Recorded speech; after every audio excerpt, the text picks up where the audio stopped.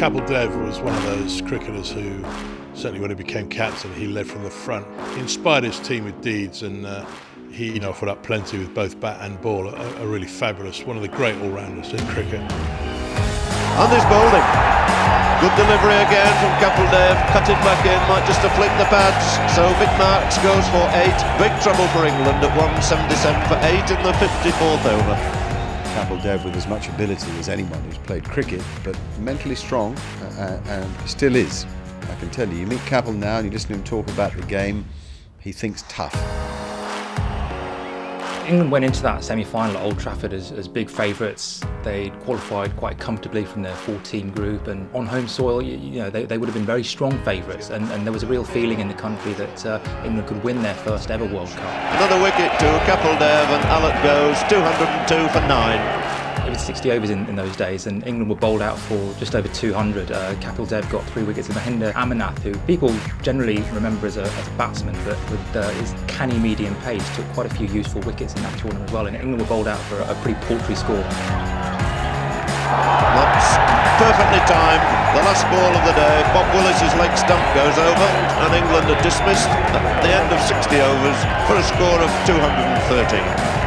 Kapil got 3 wickets against England. He was captain that day and obviously did a really good job leading India, because England just didn't seem to be in the match at any stage. Given that India had rarely troubled England in Test cricket or much in one-day cricket to that point in English conditions, I guess it was a big shock that losing to them in that semi-final. Until facing Bob Willis, 3 runs wanted for India to reach the final.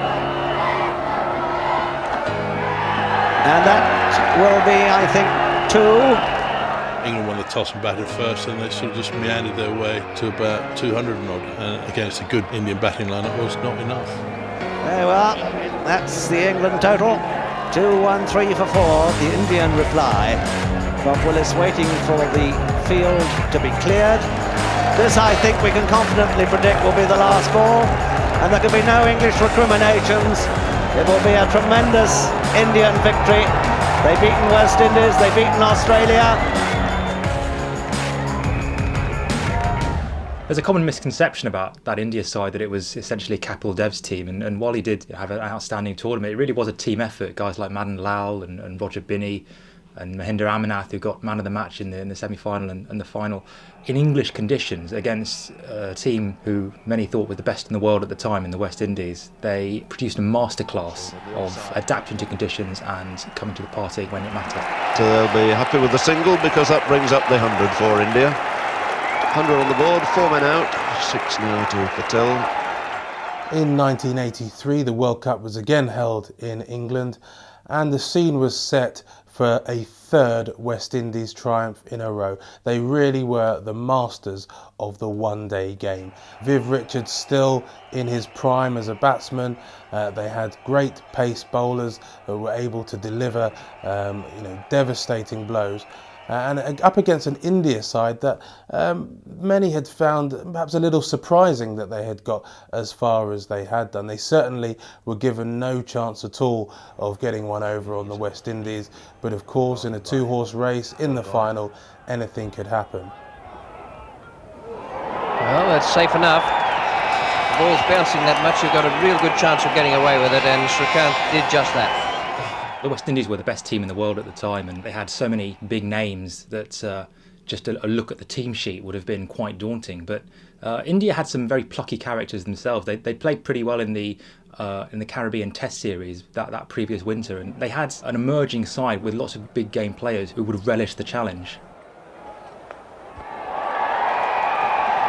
Having said that, he's just given away 4 runs with a rank long hop.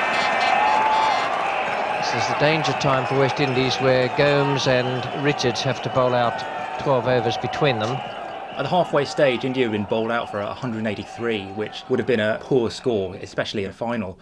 And coming up against that West Indies attack, they really just kind of blinked in the headlights. It took a few decent partnerships lower down the order even to drag them up to that score. And in a 60-over game with the might of the West Indies batting lineup, people really would have been forgiven for thinking this could only have gone one way. It's all over, that's the end. 183 all out.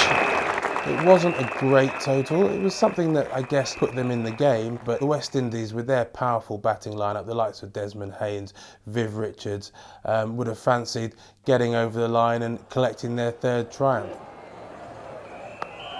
Good shot. Not so good. Beautifully caught. He's hit that away to within 15 yards of the boundary, and the Indian skipper has done a tremendous job to get back there. Marvellous running catch, and Richards has gone for 33. He was charging through, calling Desmond Haynes for 2, but didn't quite get it. It would have landed 10 to 15 yards inside the boundary, and Kapil Dev had a long way to go to make his ground. Kapil Dev famously said, we might not have a winning total, boys, but we have a total we can fight with, and fight they did. And the sight of Kapil running back to the grandstand to catch Viv over his right shoulder, it's one of the great sights in cricket, as is the moment of victory, which was celebrated not just by Indian people here in England, but Indian people all over the world, who must surely that night have had the party of their lives. And that's out. Yes, it's all over this time. Lost his nerve in the end, did Michael Holding, tried to swing that straight ball to leg. It's another wicket for Amanath, now delighted he looks. 140 all out, West Indies. And the margin of their victory, 43 runs, as India race into the pavilion with the Prudential Cup theirs. Tremendous victory. Rank outsiders at 33 to 1. When this competition got underway, and they've beaten West Indies twice, they've beaten Australia, they've beaten England, and they've round off a fantastic fortnight. That Indian World Cup team were fated as heroes on their return to India. It really catalysed interest in the game, and especially the one-day game. Really the roots of what we now see is this enormous explosion in Indian cricket in the 90s and around the turn of the century. This in many ways was the start of it. And immense ovation here for Kapil Dev to receive the trophy.